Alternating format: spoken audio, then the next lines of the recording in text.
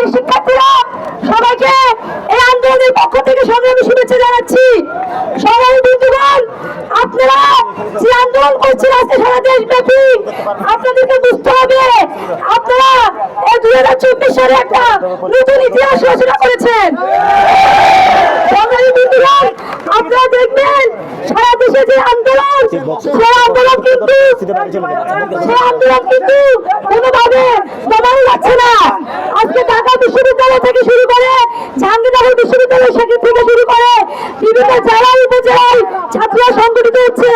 আপনারা দেখছেন ছাত্রলীগ ছাত্রলীগের বর্বর হামলা, এই হামলা ৭১ যে স্বাধীনতা যুদ্ধের আন্দোলন, ৫২ যে ভাষা আন্দোলনে ওই যে বর্বরচিত পাকিস্তানের হামলা, সেটাকে হার মানাচ্ছে।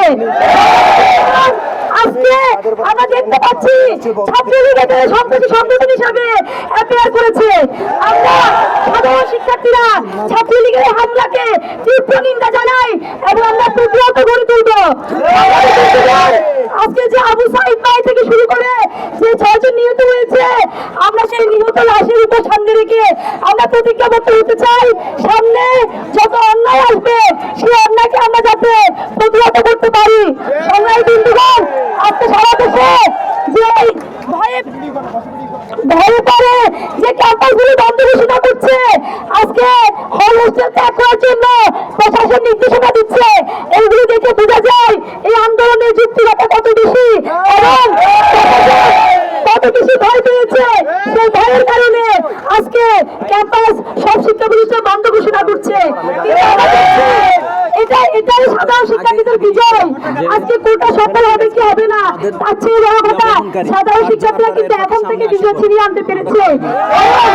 তাদের ভয় আছে ক্যাম্পাস বন্ধ হচ্ছে, তাদের আজকে বিভিন্ন জায়গায় ছাত্রলীগকে বহিষ্কার করা হচ্ছে।